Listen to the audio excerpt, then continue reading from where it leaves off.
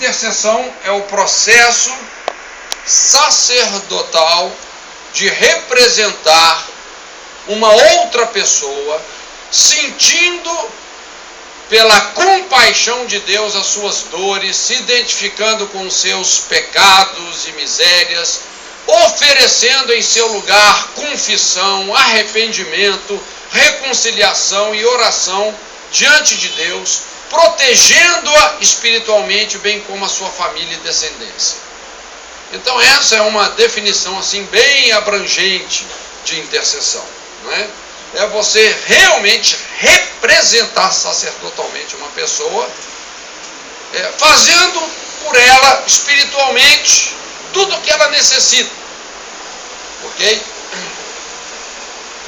Hebreus 5, versículos 1 e 2, porque todo sumo sacerdote, tomado dentre os homens, é constituído a favor dos homens nas coisas concernentes a Deus, para que ofereça dons e sacrifícios pelos pecados, e possa compadecer-se eternamente dos ignorantes e errados, pois também ele mesmo está rodeado de fraqueza.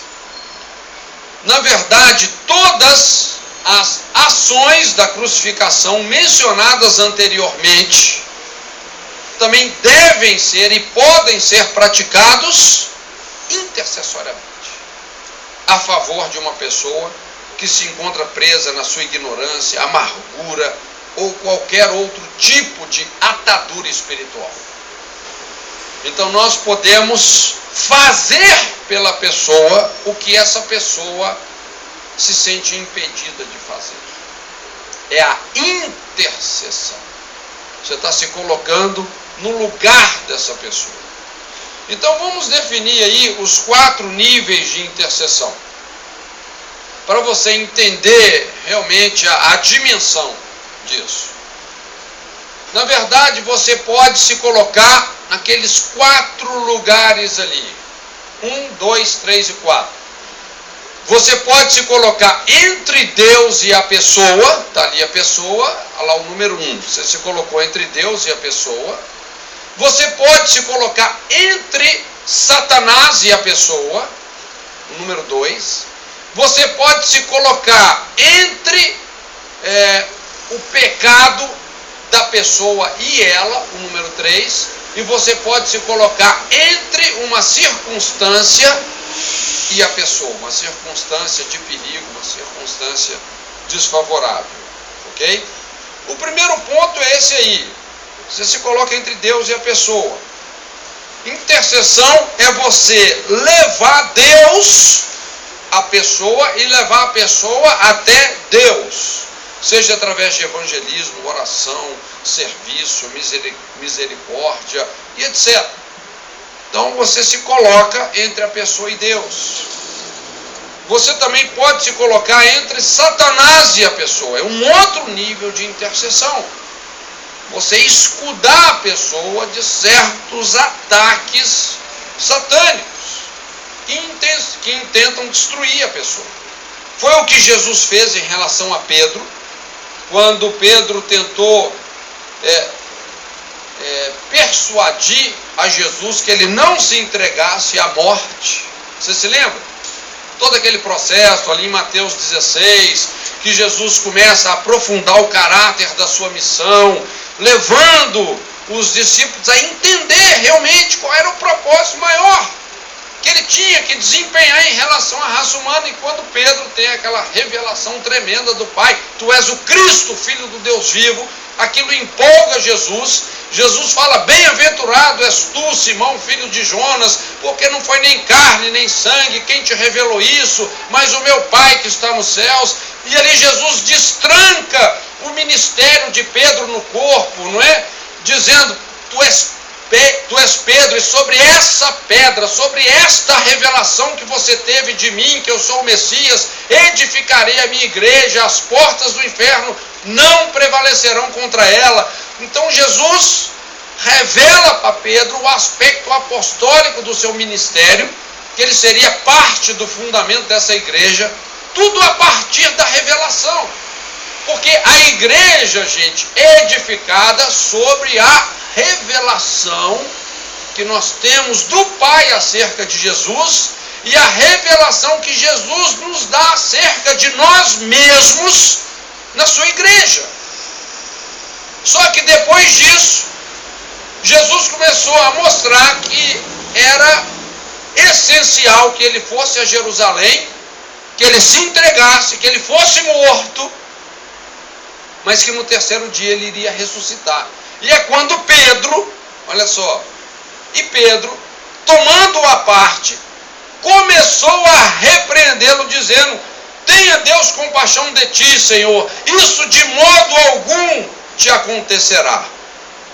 E Jesus não apenas discerniu a sutil infiltração de Satanás na sugestão de Pedro, como a interceptou, escudou Pedro. Ele protege Pedro em relação a esse momento crucial que fatalmente viria a acontecer. E Jesus falou o quê? Para trás de mim, Satanás.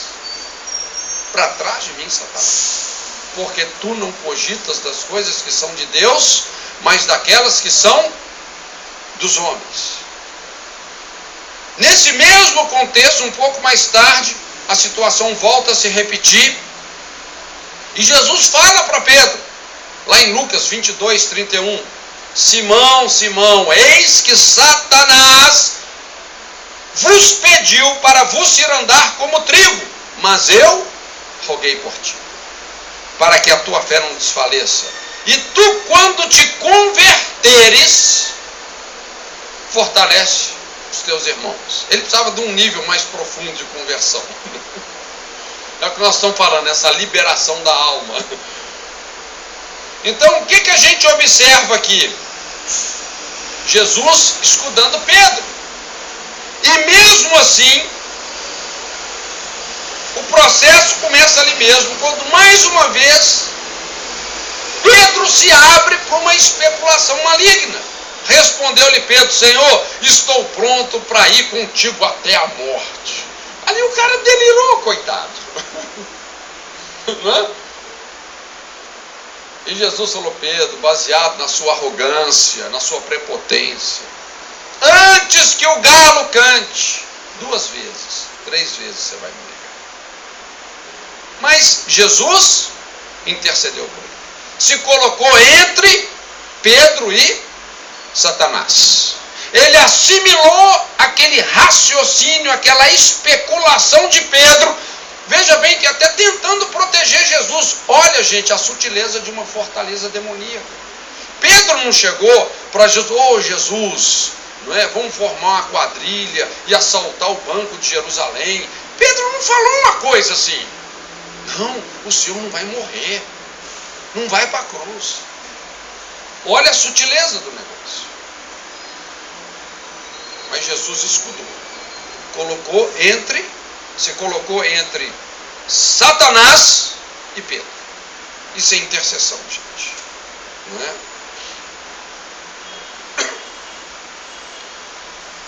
Também o terceiro nível é esse, que talvez seja um dos níveis mais elevados de sacerdócio. É você se colocar entre a pessoa e os pecados dela. Ok?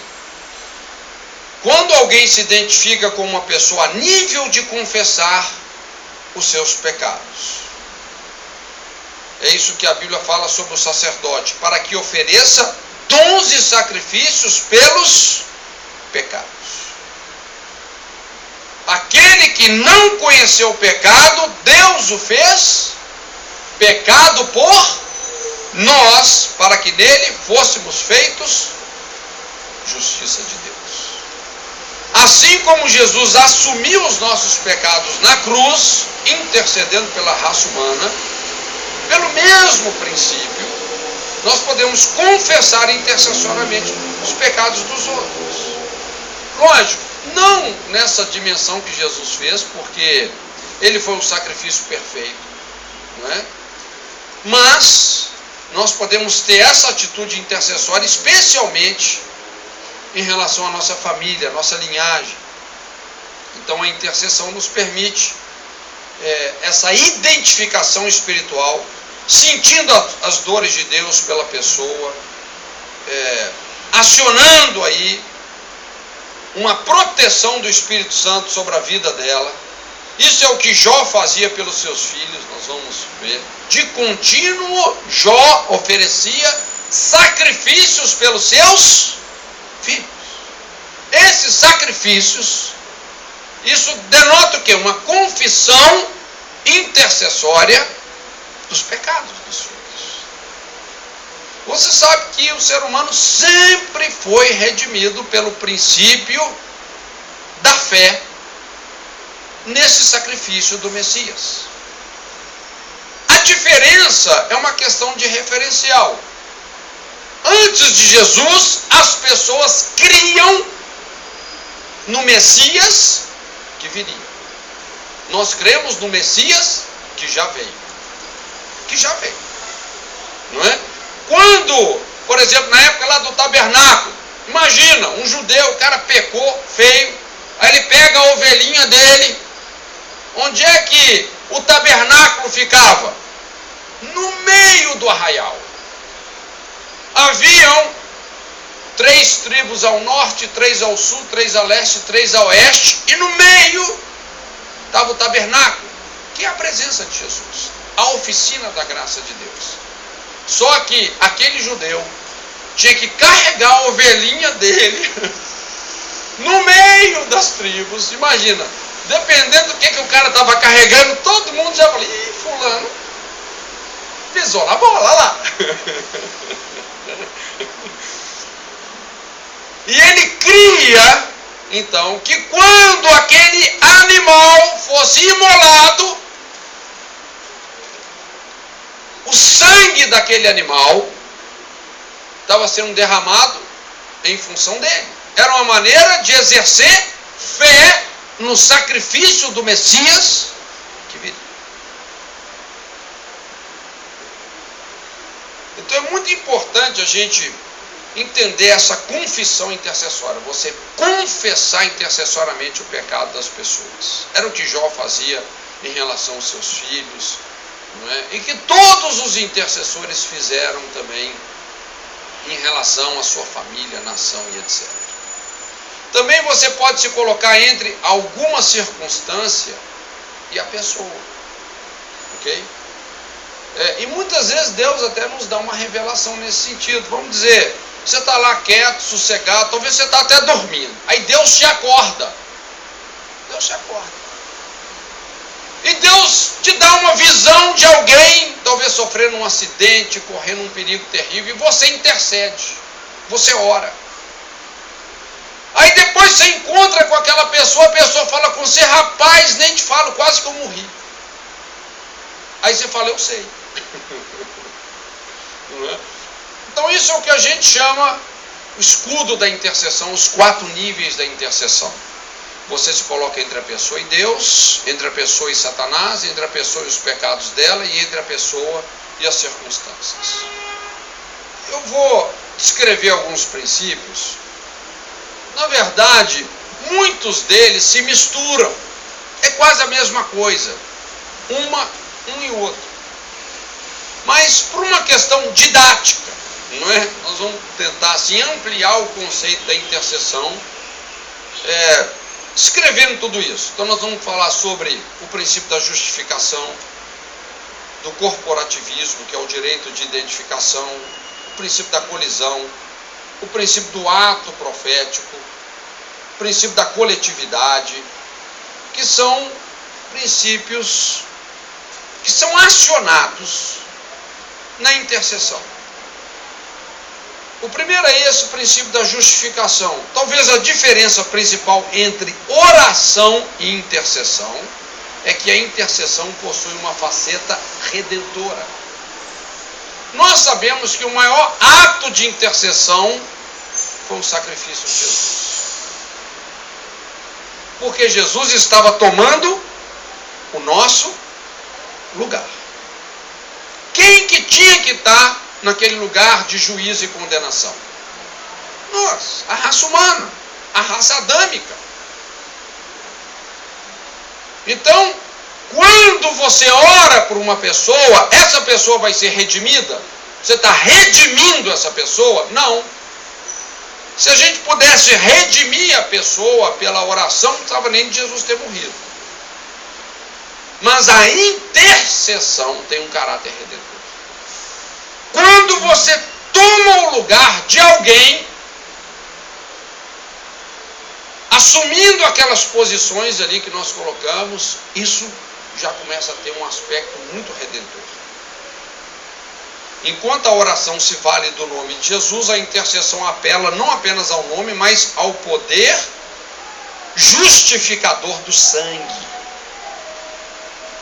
Então, a justificação de uma pessoa em linhagem, vamos dizer assim, cala a voz dos demônios, desautoriza as perniciosas influências e perseguições. É aquilo que a gente fala, gente, 1 quilo de intercessão vale mais que 1 tonelada de oração. Quando você aprende a se colocar no lugar das pessoas, fazendo a oração de Deus por elas, sentindo as cargas do coração de Deus por essa pessoa, sentindo as dores dessa pessoa, irmão, você tem outro nível de resultado. Porque muitas vezes a gente está orando e orando até superficialmente, às vezes até com raiva, porque você tem que orar pela pessoa. Mas quando você se coloca no lugar daquela pessoa e recebe o coração de Deus por ela, a compaixão de Deus por ela, e você confessa, não é, os pecados daquela pessoa, gente, é um negócio muito poderoso. O resultado é outro. Então não existe uma libertação consistente, gente, sem intercessão. Você vai acionar o poder da justificação. Também o princípio do corporativismo, a compaixão, o direito de identificação. E aqui a gente entende que a igreja é essencialmente uma igreja sacerdotal, não é?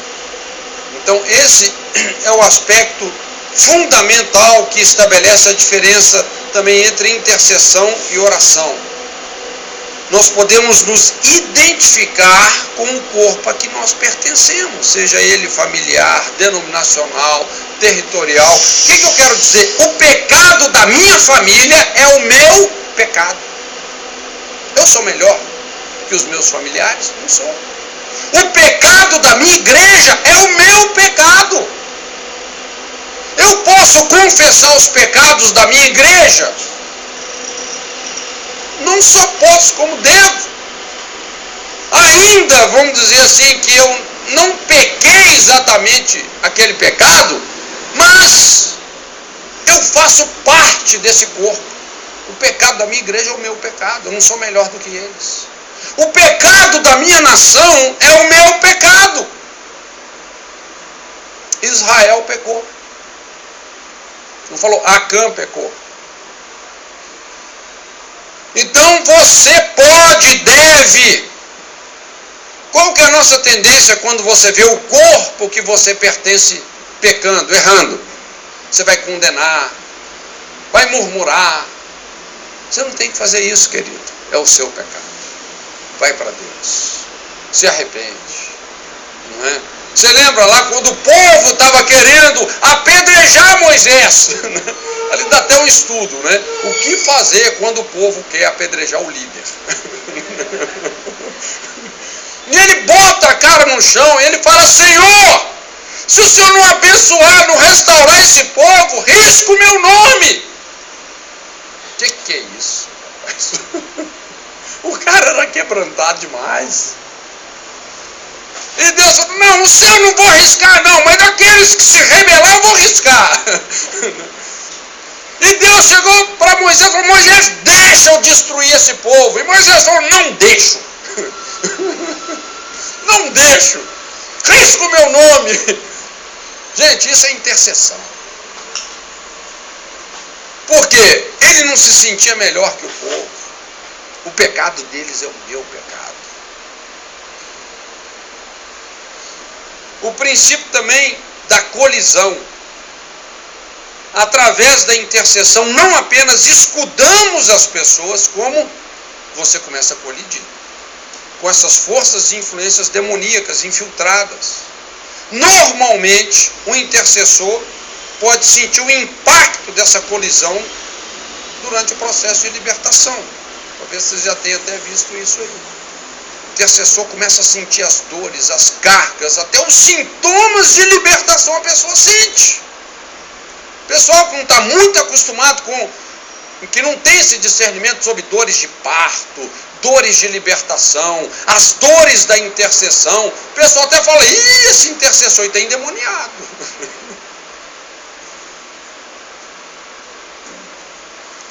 Mas você está numa posição de colisão. Então não confunda aquilo que nós falamos. Não confunde, gente, colisão com retaliação. A colisão é o efeito colateral que o intercessor sente ao se chocar através do poder da cruz com esses demônios que estão sendo enfrentados na libertação. Retaliação é diferente. É quando os demônios, às vezes até te acerta mais bem acertado do que você acertou eles em virtude das brechas. Por isso que nós falamos, a gente não enfrenta retaliação com oração. Você tem que fechar as brechas. Mas quando você intercede, na verdade, você está colidindo, você está derrubando as portas de bronze. Vai ser uma colisão. O princípio do ato profético, gente, isso aqui é muito importante. Quando você confessa os pecados de uma pessoa, você está construindo uma realidade espiritual onde essa pessoa, por quem você está intercedendo, fará por si mesma, no tempo oportuno, a mesma confissão. Você está construindo aquela realidade. Então, essa confissão intercessória intensifica o ministério do Espírito Santo sobre a pessoa, convencendo-a do pecado, da justiça, do juízo. Por isso que, de certa forma, toda intercessão é profética. Quando você entra nesse lugar de compaixão pela pessoa, que se recebe o coração de Deus por aquela pessoa, que você começa a confessar as dores, os pecados daquela pessoa, que você começa a fazer o conserto que ela deveria fazer com Deus no lugar dela, você está ativando profeticamente essa realidade. E é bem possível que num tempo mais próximo que você imagina, aquilo que você fez no lugar daquela pessoa, a pessoa já está fazendo com a boca dela. Irmãos, não tem princípio mais poderoso até para salvar os nossos familiares do que isso. Aquela oração que você fez no lugar do seu pai, no lugar do seu marido, daqui a pouco, ele está fazendo com a boca dele. Aquilo que você fez intercessoriamente funcionou como uma alavanca profética que construiu aquela realidade na vida daquela pessoa. Lógico, não existe uma obrigatoriedade nisso. Pode ser que você interceda a vida inteira para uma pessoa e essa pessoa não se converta. Por quê? Porque ela tem uma decisão que é dela. Mas, irmãos, é muito difícil uma pessoa resistir a Deus. Principalmente quando você enche esse cálice da intercessão por ela. Deus vai produzir um quebrantamento profundo. Toda intercessão é profética.